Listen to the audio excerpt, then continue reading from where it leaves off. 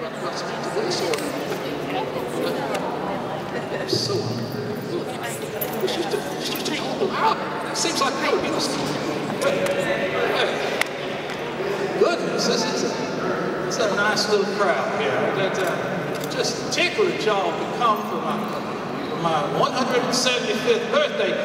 It puts me in mind of when I turned 70 that they gave this fancy birthday at Mr. Delmonico's restaurant in New York. And, you know, I gave a speech at that. I might be able to go over some of the notes from that. I do have the notes here, and I might be able to give you a little bit of that. Yeah, you'll bear with me a second. There's an old prescription here. That change, oh yeah, here we go. It's a long stretch from that first birthday speech to this one. That was my cradle song, and this is my swan song, I suppose. I'm used to swan songs. I've sung them several times. The 70th birthday. It is a time of life when you arrive at new and awful dignity. You may throw aside the decent reserves which have oppressed you for a generation and stand unafraid and unabashed upon your 7-terrace summit and look down and teach unrebuked. You can tell the world how you got there. Here's what they all do. You shall never get tired of telling by what delicate arts and deep moralities you climbed up to that great place. Now, you'll have to explain the process and dwell on the particulars with senile rapture. I've been anxious to explain my own system this long time, and now at last I have the right. I achieved my 70 years in the usual way by sticking strictly to a scheme of that which would kill anybody else. Sounds like an exaggeration, but it's reality. The common rule for attaining old age. When we examine the program of any of these garrulous old people, we always find that their habits, the habits which preserve them, would have decayed us. That way of life which enabled them to live for so long would have put us out of condition long ago and way ahead of time. I will offer here as a sound maxim this, that we can't reach old age by another man's road. I will now teach, offering my way of life to you, the way of life which has enabled me to beat the doctor and the hangman for these 70 years and more. Some of the details may sound untrue, but they are not. I'm not here to deceive, I'm here to teach and to warn. These may not be the rules of some of the young people might call politically correct these days, but they have worked for me nonetheless. Now, since 40, I've been regular about going to bed and getting up, and that is one of the main things. I've made it a rule to always go to bed when there wasn't anybody left to sit up with, and I've made it a rule to get up when I had to. That has resulted in an unswerving regularity of irregularity, and it has saved me, but it would injure another person. In the matter of diet, which is another main thing, I persistently been strictly sticking to the things which didn't agree with me until one or the other of us got the best of it. Now that's all right for me and is wholesome, but most people would not reach 70 comfortably by that road, and they would be foolish to try it. And I wish to urge upon you this, which I think is wisdom, that if you make 70 by any but an uncomfortable road, don't you go. When they take you off the Pullman car and retire you to the rancid smoking car, put on your things, count out your checks, and get out at the first station where there is a cemetery. I've made it a rule never to smoke more than one cigar at a time. I have no other restrictions regarding smoking. I do not know just when I began to smoke. I only know that it was in my father's lifetime and that I was discreet. Now, he passed away from this life early in 1847 when I was just a shade past 11. And ever since then, I have smoked publicly. It has always been my rule never to smoke when asleep. And never to refrain from smoking when awake. It's a good rule. I mean, some of you know quite well that it wouldn't answer for everybody that's trying to get to 70. Now, I smoke in bed until I have to go to sleep. I wake up in the night, sometimes once, sometimes twice, sometimes 3 times, and I never waste any of these opportunities to smoke. The habit is so old and dear and precious to me that I'm making no changes. I will grant here that I've stopped smoking now and then for a few months at a time, but it wasn't on principle. It was only to show off. As for drinking, I have no rules about that. When others drink, I like to help. Otherwise, I remain dry, by habit and preference. The dryness does not hurt me, but it could possibly hurt you, because you are different. So you let it alone. I've never taken any exercise except sleep and resting.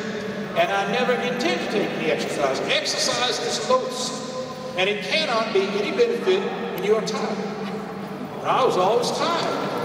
Let another person try my way and see what he will come out. I desire now to repeat and emphasize that maxim. We can't reach old age by another man's road. My habits protect my life, but they would assassinate you. And so my 70th birthday speech went along. I closed with a reminder that at 70, I don't have to accept invitations to events I don't like. In fact, I was finally able to say, your invitation honors me and pleasures me because you still keep me in your remembrance, etc., etc. But this event, this big Reed event, this is one that pleases me greatly, and I am glad to be here. It's now the year 2010, and we have some celebrating to do today, but not of me. We are here instead to celebrate the winners of our apple pie throwdown. I think they call that, and the graphic arts competition. Now first let me introduce our esteemed judges. For the apple pie contest, I do love apple pie. We are pleased to have Miss Betty Slow, who like myself, writes for the newspaper, the Tuscaloosa News, to be specific. Miss Slow writes columns about cooking and local history, among other things. She'll be writing a column about this competition, and we'll be printing some of the recipes in the paper. Miss Slow.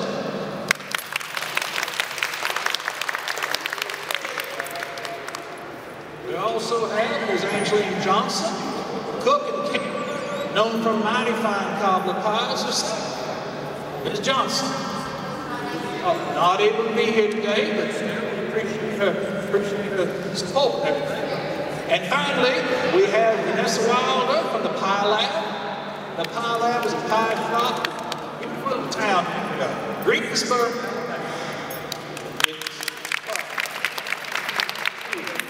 The Pie Lab is meant to gather communities together. I like that. Pie brings people together.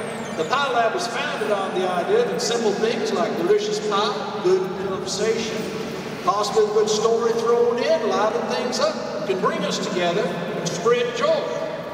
We're glad to have Ms. Wilder here representing the Pie Lab as one of our judges today. Ms. Wilder. Now, the part I imagine y'all have been waiting for, our announcement of our winners. First place for the best overall apple pie goes to, and this, by the way, includes a blue ribbon and a check for $100, and it goes to Martha Key.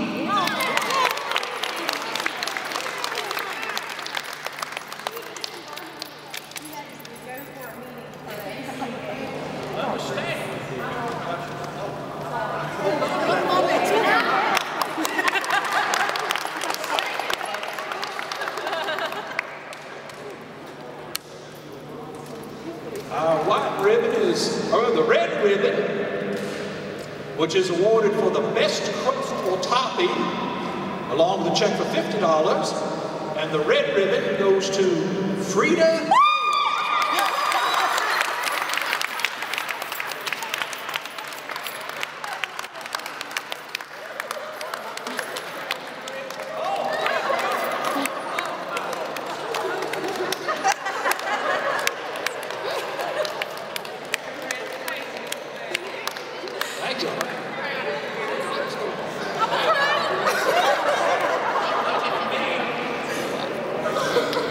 see. The white ribbon, best presentation or creative presentation of the apple pie. There's a check for $100 for this prize. Best presentation ribbon goes to Anita Headley.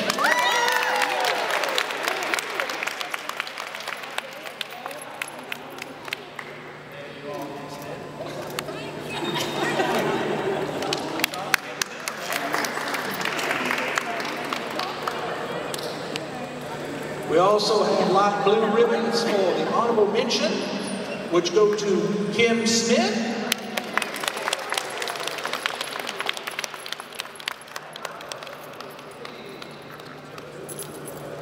Honorable mention to Beth Patrick.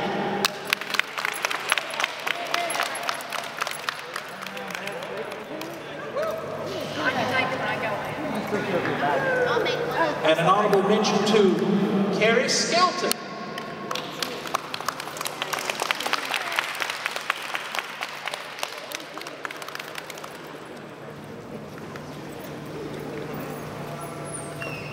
Now let's take a look at the graphic arts competition. First of all, I forget my manners. Let me introduce the judges. We have with us today Mr. Dennis Harkey of D. Harkey Design, Mr. Jim Drake, owner of Quick Copy, and Jan Pruitt from Kentucky.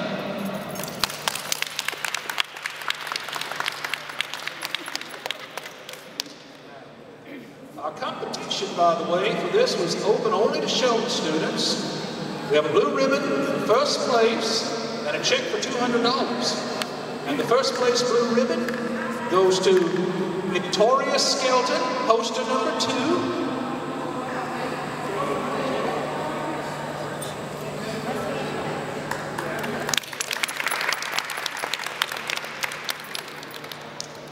Red ribbon is for best use of a theme. I'm sorry, the white ribbon was the second place ribbon, includes a check for $100. Whoops, red ribbon, thank you. At $175, you sometimes get the colors confused, but it is red, isn't it? It is red, yes, thank you. Red ribbon for second place and a check for $100 goes to Kenneth Davis and poster number 4.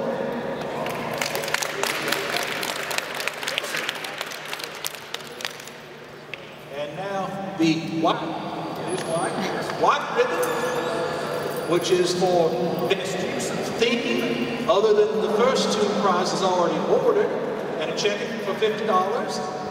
And white ribbon goes to Emily Perry, poster number 3.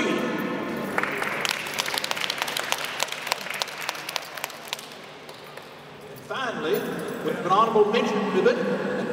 We have an honorable mention ribbon for Jessica Campbell, poster number 1.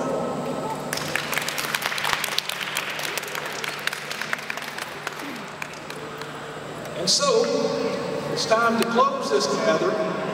You're welcome to help heat up the remains of the pie contest. All partakers eat at their own risk, of course, and that will be in the D room over there.